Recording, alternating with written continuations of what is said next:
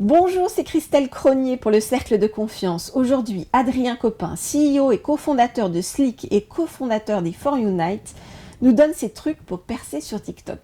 Qu'est-ce que c'est pour toi l'influence en général et pourquoi ça révolutionne le marketing digital? Ok. Alors, l'influence, comme le nom l'indique, c'est une manière par laquelle on va convaincre et forcément influencer et pousser à l'action des consommateurs Ouais. par le biais de sa notoriété, de ce qu'on inspire aux gens et de qui on est.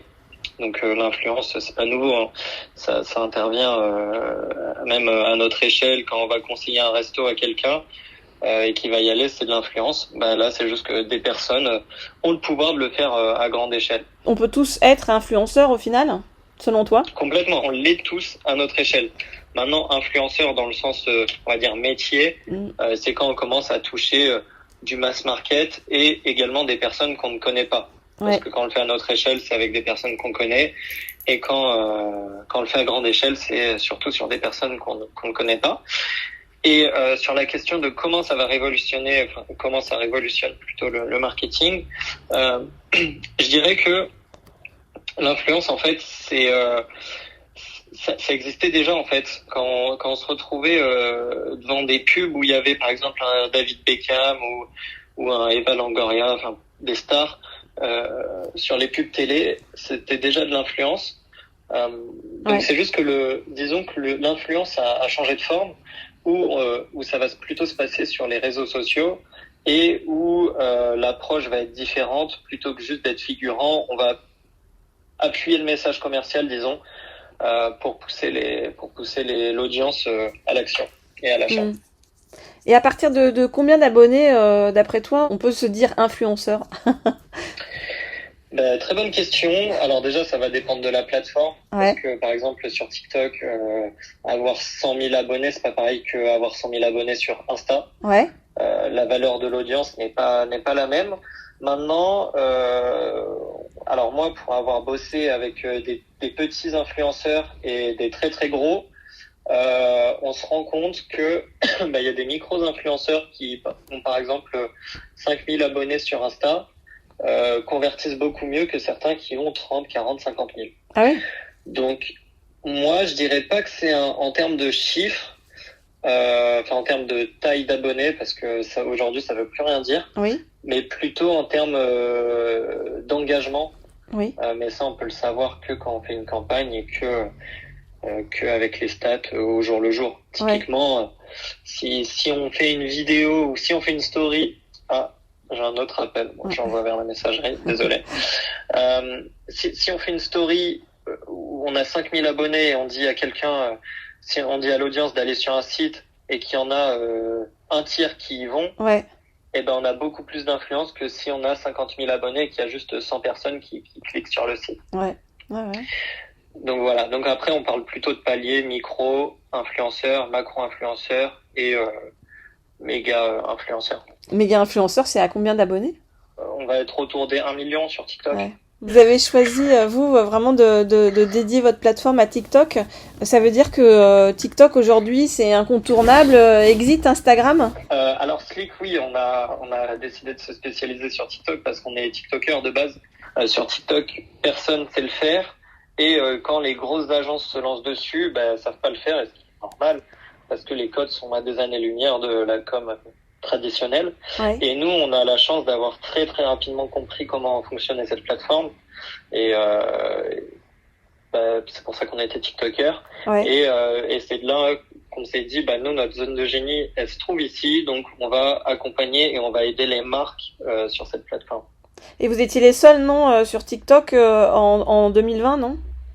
Ouais, on était quand on s'est lancé, il y avait personne et on est vraiment parti d'un pari où on s'est dit, en fait, il y a des millions de vues qui sont générées sur TikTok, mais il y a zéro marque.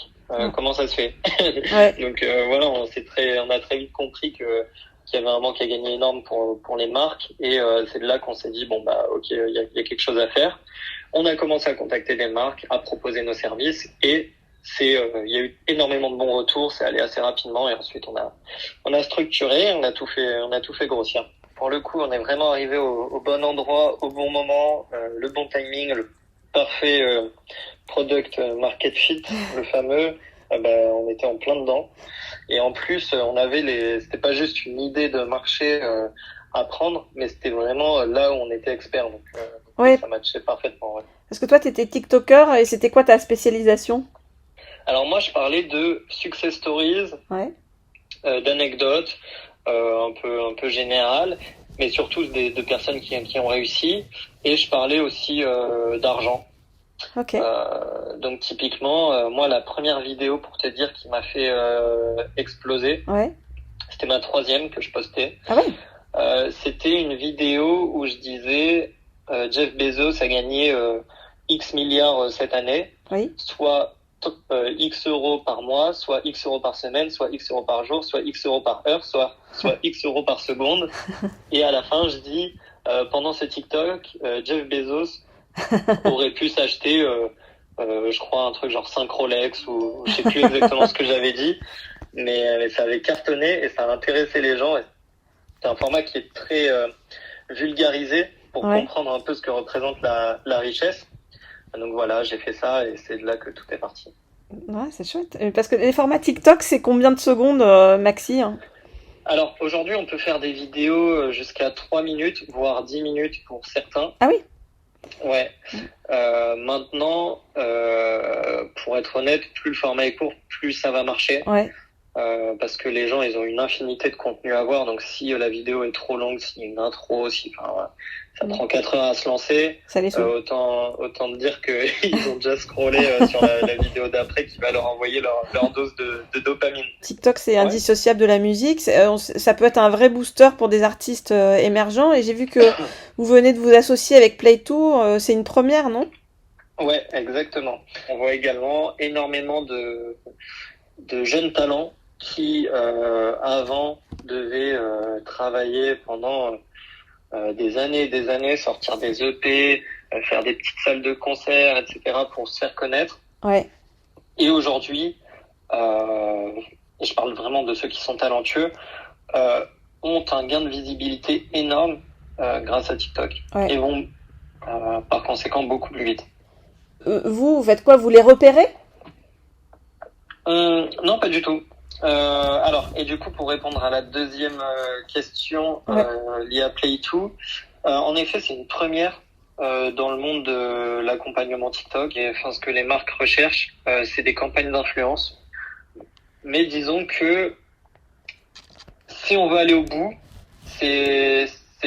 on peut faire mieux. On peut faire mieux. Et c'est pourquoi nous, on accompagne aussi nos clients sur toute la partie média, etc.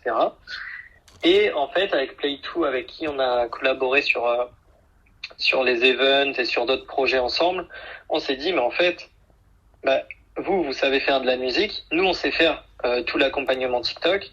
Pourquoi on n'irait pas proposer une offre vraiment qui regroupe tout ce qui est possible de faire sur TikTok? Et c'est là que nous est venue l'idée de créer cette offre qui est unique. Parce que aujourd'hui, TikTok ne se consomme pas sans le son. Il faut savoir que la musique, c'est l'élément clé qui vient juste après l'image au final. Ouais. Sur TikTok.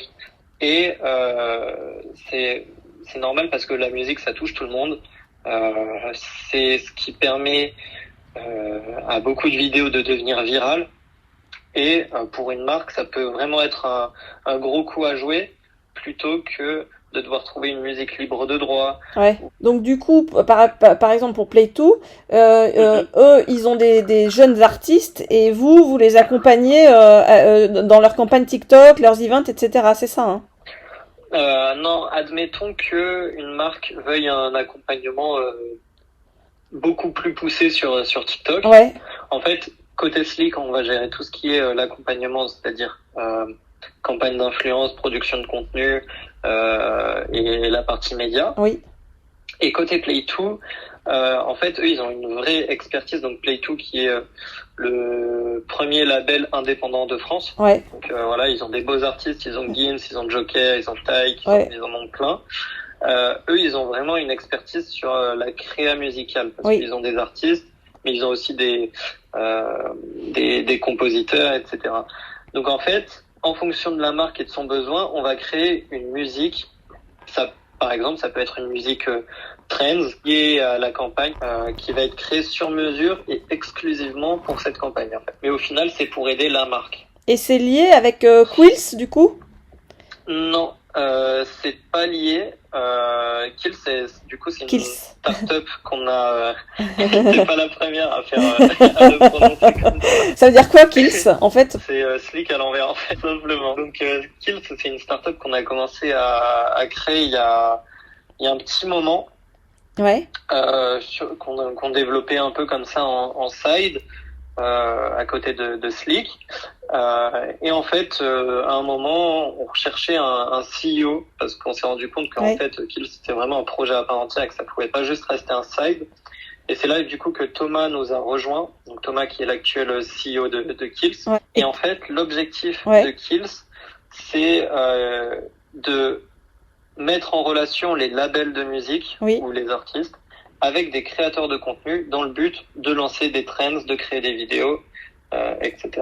Comment ça marche?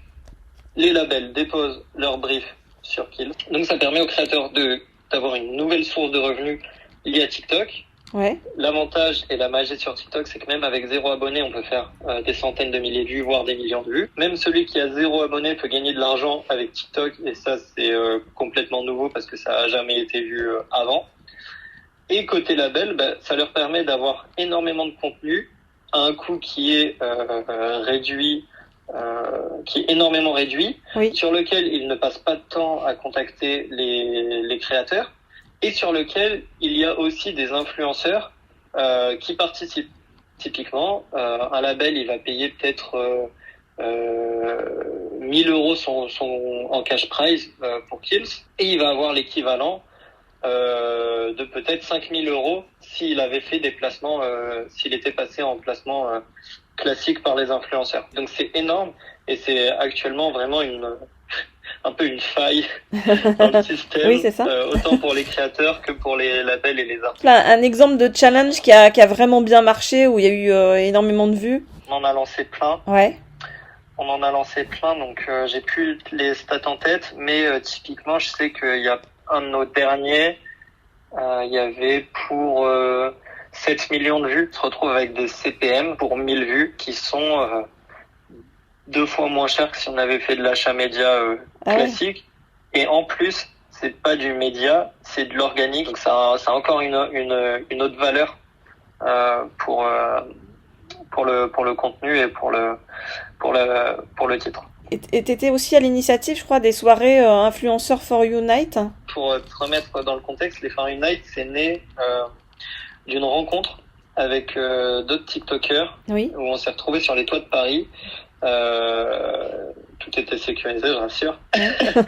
et on s'est retrouvés on était un peu moins de 10 et que des TikTokers. Et on s'est dit, c'est vraiment cool de se retrouver qu'entre TikTokers, où il y en a certains qui avaient plus d'1 million d'abonnés, qui se font pas déranger par d'autres, qui en même temps, en fait, quand on se parlait, on se comprenait, on partageait vraiment le même quotidien, etc. Donc c'était vraiment cool. Et à partir de ce jour-là, avec mes amis de Slick et notamment Vito Vidéo, qui est un influenceur et qui bosse, sa boîte c'est le guide ultime. On s'est dit, mais en fait, trop cool, venez dans 2 mois, on organise une soirée où on ramène 30 TikTokers. Au final, le temps est passé, on a organisé la soirée, et nous, notre problème, c'est que, en fait, on fait toujours les trucs à fond. Ouais. Et en fait, on s'est retrouvé à plus de 80 TikTokers le jour J. Donc, c'était un truc de fou. Mais c'était des vraies soirées, pas des soirées virtuelles, on est d'accord, hein. Ah, c'est des vraies soirées. Ouais, d'accord. Là, pour le coup, c'était chez Minimi Paris, qui est une boutique de custom dans le centre de Paris. Donc, c'était trop cool. Ensuite, on a fait la deuxième, du coup, 2 mois après, fin août.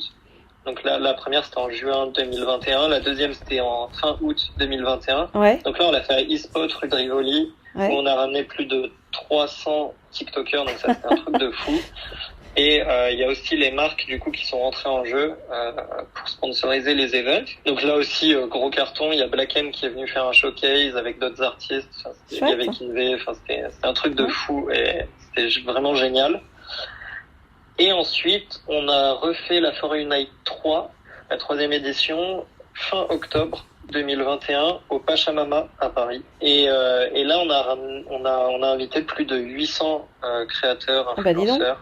Là, pour le coup, c'était vraiment un truc de malade.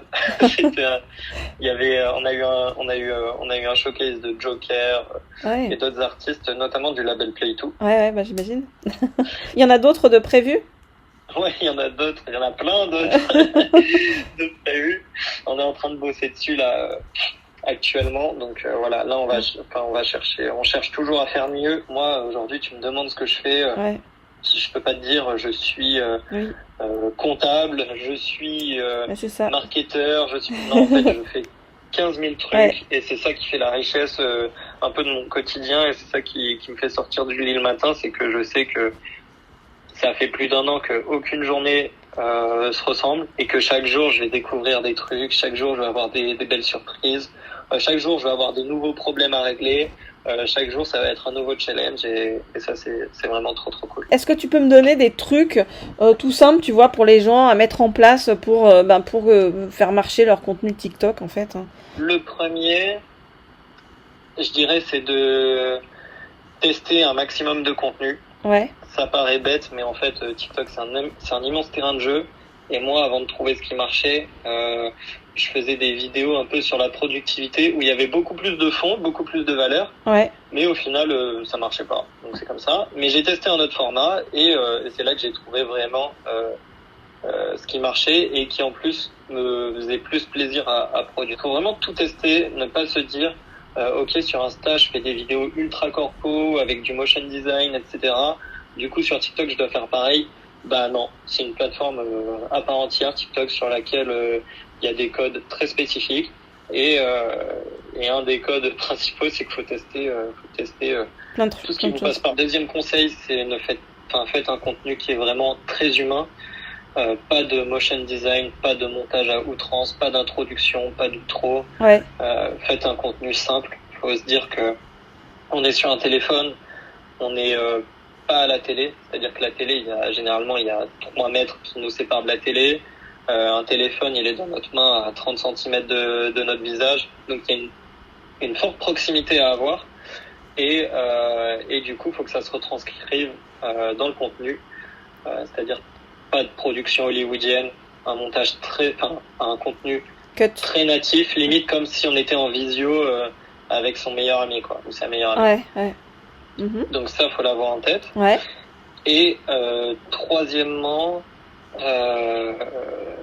réfléchir large. Voilà, j'ai un resto dans Paris. Ouais. J'ai un resto dans Paris, et ben mon contenu, je vais pas dire quand Gisèle, la serveuse,